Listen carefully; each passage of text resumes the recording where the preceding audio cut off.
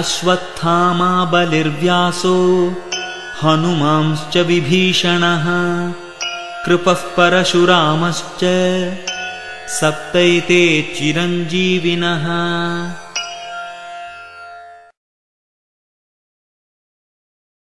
அன்பு நெஞ்சங்களுக்கு வணக்கம்.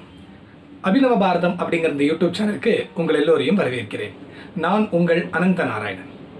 இன்னைக்கு இந்த பதிவில் ஒரு புதுமையான தகவலோட ஒரு ஆழ்ந்த சிந்தனை கொண்ட ஒரு விஷயத்தை நம்ம பார்க்க இருக்கோம். நம்ம சேனலை நீங்கள் சப்ஸ்கிரைப் பண்ணலைன்னா மறக்காமல் சப்ஸ்கிரைப் பண்ணுங்கள்.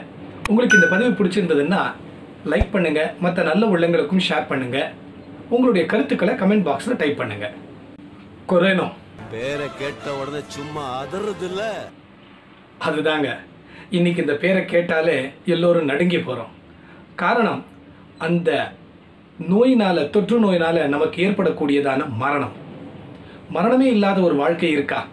இந்த கேள்வியை எத்தனை வாட்டி கேட்டாலும் அதுக்கு ஒரே பதில் இல்லை அப்படிங்கிறது தாங்க.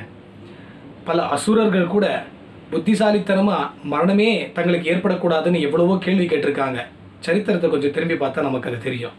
ஆனால் கடைசியில் அவங்களால உயிரோடு இருக்க முடிஞ்சதா? போயாச்சு. அப்போது மரணம் அப்படிங்கிறது இயற்கை. பிறந்த ஒரு ஜீவனும் இறந்து தான் போக வேண்டும் அப்படிங்கிறது தாங்க இயற்கையினுடைய விதி. அந்த விதிக்கு யார் ஒருத்தரும் தப்பிக்கவே முடியாது. அதுதான் உங்களுக்கு ஒரு கேள்வி வருது இல்லை? அதாவது சிரஞ்சீவிகள்னு கேள்விப்பட்டிருக்கோம் இல்லையா? அவங்களுக்கு இறப்பே கிடையாதுன்னு கேள்விப்பட்டிருக்கோமே அப்படிங்கிறீங்க, அதுதானே? அவங்களுக்கும் இறப்பு உண்டுங்க. சிரஞ்சீவிகளாக இருந்தாலும் அவர்களுக்கும் இறப்பு உண்டுங்கிறது தாங்க நம்ம புராணங்கள்லாம் குறிப்பிடப்பட்டிருக்கு. ஆச்சரியமாக இருக்குல்ல? வாங்க அது என்னன்னு தெரிஞ்சுக்கலாம். பொதுவாக சிரஞ்சீவிகள் அப்படின்னு சொன்னாலே ரொம்ப காலம் வாழ்பவர்கள் அப்படின்னு தாங்க அர்த்தம். மரணம் இல்லாதவர்கள்னு கிடையாது. அப்போது ரொம்ப காலம் வாழ்ந்து அவர்களும் மரணத்தை எய்துவார்கள் அப்படிங்கிறது தாங்க உண்மை. இதுக்கு ஒரு குறிப்பு புராணங்களில் நமக்கு கிடைக்கிது.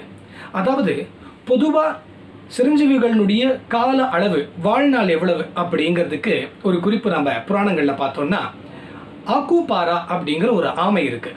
ஆமையினாலே நமக்கு தெரியும், சுமார் 200 to 300 ஆண்டு காலம் வரைக்கும் வாழக்கூடியது. அந்த ஆக்கூபாரா அப்படிங்கிற ஒரு ஆமையினுடைய கால அளவு 300ன்னு வச்சுப்பான். ஒரு மனித ஆண்டுகள் 300 அப்படின்னு. அப்போது இந்த மாதிரி 64 ஆக்கூபாரா ஆமைகள் சேர்ந்தது தாங்க ஒரு நாரிஜங்கம் அப்படிங்கிற ஒரு கொக்கினுடைய வாழ்நாளுக்கு சமம். நல்லா கேட்டுக்கோங்க, ஆமையினுடைய கால அளவு 300, இப்படி 64 ஆமைகளுடைய கால அளவு சேர்ந்ததான் ஒரு நாரிஜங்கம் என்கிற கொக்கின் கால அளவுக்கு சமம். அப்போ அது எவ்வளோ வருஷம் அப்படின்னு பார்க்குறீங்களா? 19,200 ஆண்டுகள். அப்போது ஒரு நாரிஜங்கம்ங்கிற கொக்கினுடைய வாழ்நாள் 19,200. இந்த மாதிரி சுமார் 16 நாரிஜங்கம் அப்படிங்கிற கொக்குகளுடைய ஆயுள் தான் கானபந்து அப்படிங்கிற ஆந்தையினுடைய வாழ்நாளுக்கு சமம். அது எவ்வளோ அப்படின்னு பார்க்குறீங்களா? 3,07,200 ஆண்டுகள். அப்போது இந்த 8 கானபந்து அப்படின்னு சொல்லக்கூடிய இந்த ஆந்தைகளுடைய வாழ்நாள் ஒரு அஷ்டாவக்கரின் வாழ்நாளுக்கு சமம். அப்போது அது எவ்வளவு தெரியுமா? சுமார் 24,57,600 ஆண்டுகளுங்க. இப்படி ஒரு அஷ்டாவக்கரர் இல்லைங்க, 8 அஷ்டாவக்கரருடைய வாழ்நாள் தான் ஒரு ரோமஹர்ஷர் அப்படிங்கிற ஒரு ரிஷியினுடைய வாழ்நாளிற்கு சமம். அப்போது அது எவ்வளவு தெரியுமா? 1,96,60,800 ஆண்டுகள் ஒரு ரோமஹர்ஷருடைய வாழ்நாள். இப்போ இதை எப்படி வச்சுப்போம்? அந்த ரோமஹர்ஷர் இருக்கார் இல்லையா, அவர் பேரின் காரணம் என்னன்னா, அவர் உடம்பு முழுக்கவே முடிகளாக நிறைந்திருக்கும். அதனால தான் ரோமஹர்ஷர்னு அவருக்கு பேர். அவருடைய ஒரு முடி கீழே விழணும் அப்படின்னா, அதாவது பூமியில் உதிர்ந்து விழணும் அப்படின்னா அதுக்கு ஒரு யுகம் ஆகும். அதாவது சத்துர் யுகம்னு சொல்லுவாங்க. அந்த சத்துர் யுகம் ஒன்று முடிஞ்சாதான் அவருடைய ஒரு முடியானது கீழே விழும். அப்போது சத்துர் யுகம் மொத்தம் எவ்வளோ அப்படின்னா 43,20,000 ஆண்டுகள் சத்துர் யுகம். அப்போது அவருடைய ஒரு முடி உதிர்றதுக்கு 43,20,000 ஆண்டுகள் ஆகுது அப்படின்னா, அவருடைய உடம்புல இருக்கக்கூடியதான எல்லா முடியும் உதிர்ந்ததுன்னா அவருடைய வாழ்நாளானது முடியும். அப்போது இந்த ரோமஹர்ஷருடைய உடம்புல எவ்வளோ முடி இருக்குது அப்படின்னு பார்த்தோம்னா, கிட்டத்தட்ட 3,80,48,000 முடிகள் இருக்குது அவருடைய உடம்புல. அத்தனை முடியும் உதிரணும் அப்படின்னா எவ்வளவு சதுர்யுகங்கள் ஆகணும்.